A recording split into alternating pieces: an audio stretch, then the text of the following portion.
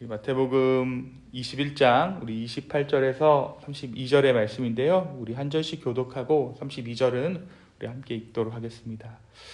너희는 어떻게 생각하느냐? 어떤 사람에게 아들 둘 있는데 아버지가 맏아들에게 가서 얘야 너 오늘 포도원에 가서 일해라 하고 말하였다.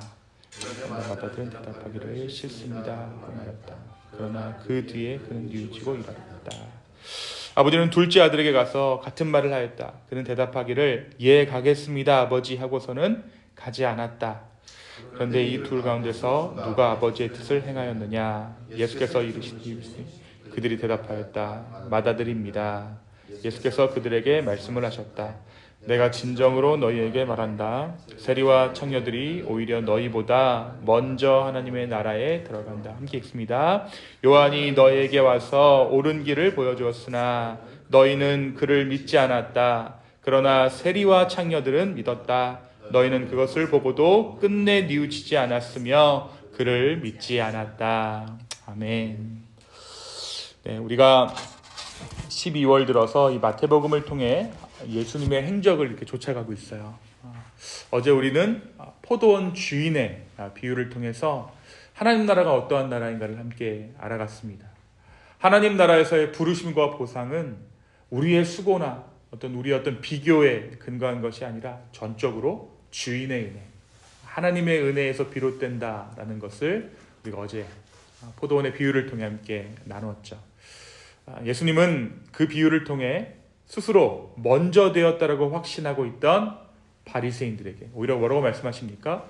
먼저 된 자가 나중되고 나중된 자가 먼저 된다라는 하나님의 역설적인 질서를 선포하셨습니다. 여러분, 근데 이것이 이 바리새인들을 향한 엄중한 경고이기도 하지만 어떻게 보면 이 바리새인들은 예수님을 왔을 때 예수님을 믿었어야 돼요.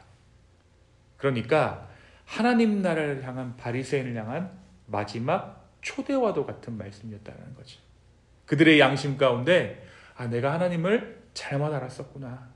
내가 이제 오신 저 메시아의 가르침을 받아들여야겠다. 회개해야겠다.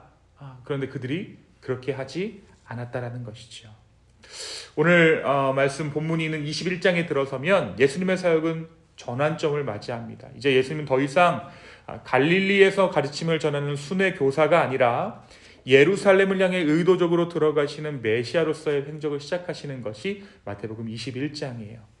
종려주일에 나귀새끼를 타고 예루살렘으로 입성하신 후 성전을 깨끗게 하시고 이후 종교 지도자들과 날선 논쟁들을 예수님께서는 감당하십니다.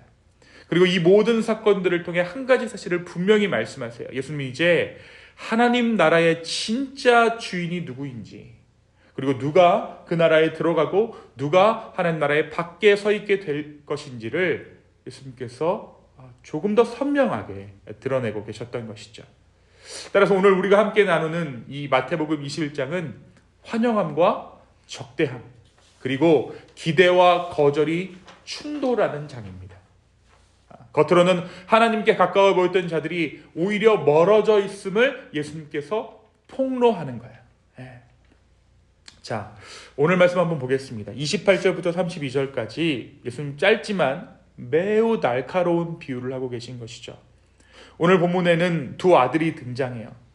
아버지는 이 두 아들에게 동일한 요청을 하죠. 그 요청이란 포도원에 가서 일을 좀 해라 라는 부탁이었습니다. 그런데 흥미롭게도 이 두 아들의 반응이 참 재밌어요. 그렇죠? 첫째 아들은 말로는 처음에는 거절했지만 결국 가서 일을 합니다. 둘째 아들은 말로는 순종을 약속했지만 실제로는 그 포도원에 가지 않았어요. 그렇다면 여러분, 누가 아버지의 말에 순종한 것입니까? 그렇죠. 말로만 예한 둘째 아들이 아니라 첫째 아들이 가서 일을 한, 아버지의 말씀을 듣지 않은 것처럼 보였지만 결국에는 포도원에 가서 일을 한 첫째 아들이 아버지의 말에 순종한 것입니다. 자, 오늘 예수님께서 말씀하신 이 비유의 핵심은 언행일치에 대한 말씀이 아니에요. 오늘 말씀을 살펴보면 우리는 예수님의 이 비유가 회개와 응답의 문제를 말씀하고 계신다는 것을 알 수 있습니다. 예수님께서 뭐라고 말씀하시냐면 누가 아버지의 뜻을 행하였느냐. 중요한 것은 첫 반응이 아니라 마지막 방향이라는 것이죠. 처음에는 거절했어도 돌이켜 순종한 자가 아버지의 뜻을 행한 것이죠. 자, 예수님께서 이제 사역 막바지에 다다르셨잖아요.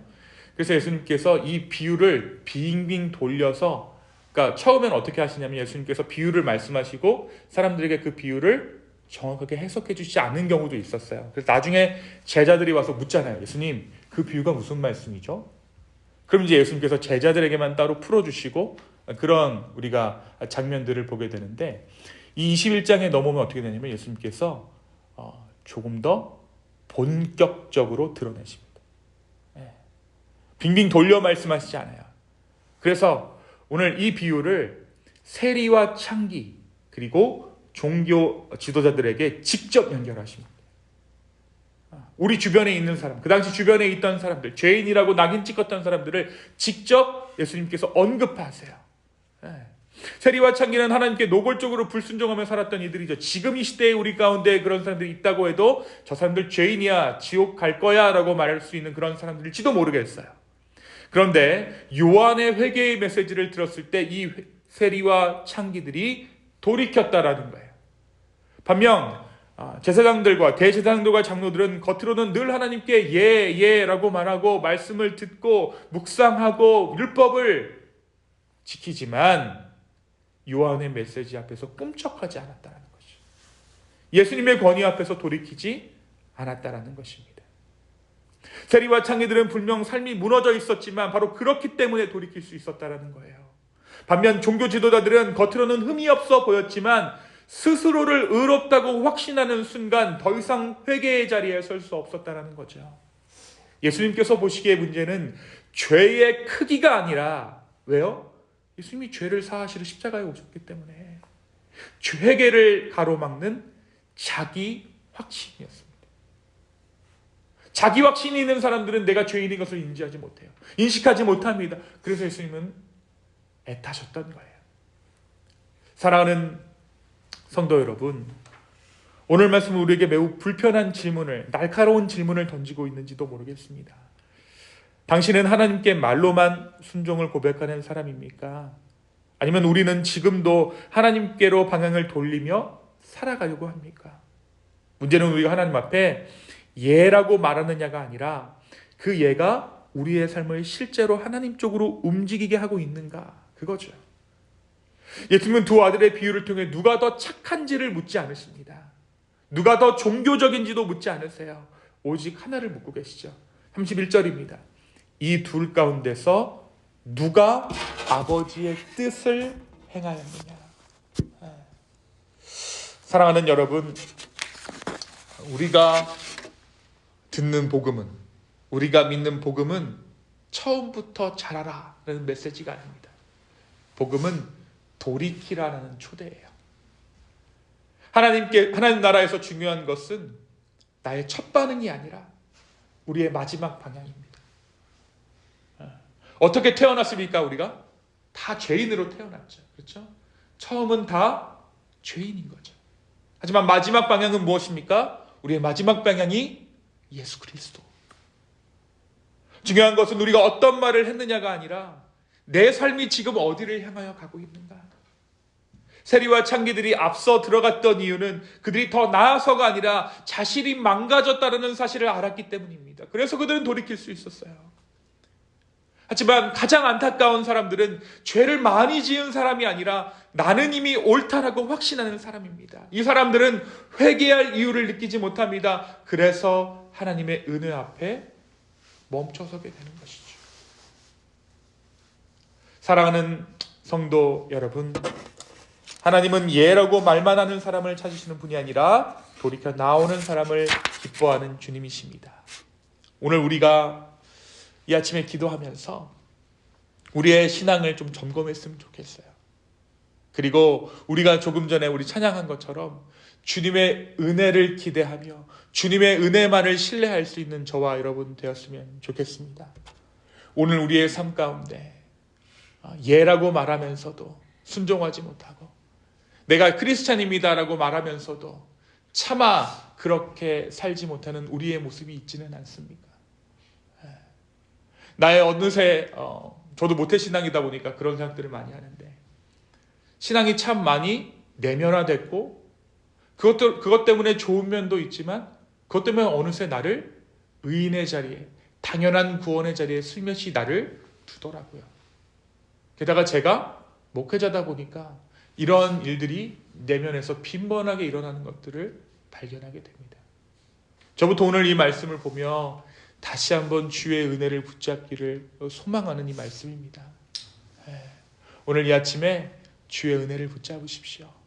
그리고 이 첫째 아들처럼 우리가 죄인이었지만 주님께 돌이킬 수 있는 은혜가 저와 여러분에게 있기를 예수님의 이름으로 축원합니다. 이 시간 함께 기도하겠습니다.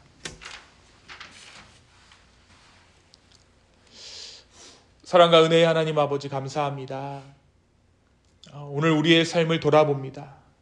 주님, 우리는 주의 말씀을 들었을 때 어떤 식으로 반응하고 있습니까? 우리의 삶은 어떻게 반응하고 있습니까? 주여, 우리가 오늘 주님의 마음에 합당한 자로서 서기를 원합니다. 성령님, 우리 가운데 함께하여 주시고 주여, 우리 가운데 은혜를 더하여 주시옵소서. 특별히 오늘 이 아침에 우리가 기도하는 것은 의인으로서 정당한 것을 주님께 내놓으라는 기도가 아니라 죄인으로서 주님 앞에 간절한 마음으로 은혜를 구하는 기도입니다. 성령님, 우리 가운데 은혜 허락하여 주시옵소서. 감사합니다. 이 모든 말씀 예수님의 이름으로 기도하였습니다. 아멘. 아멘.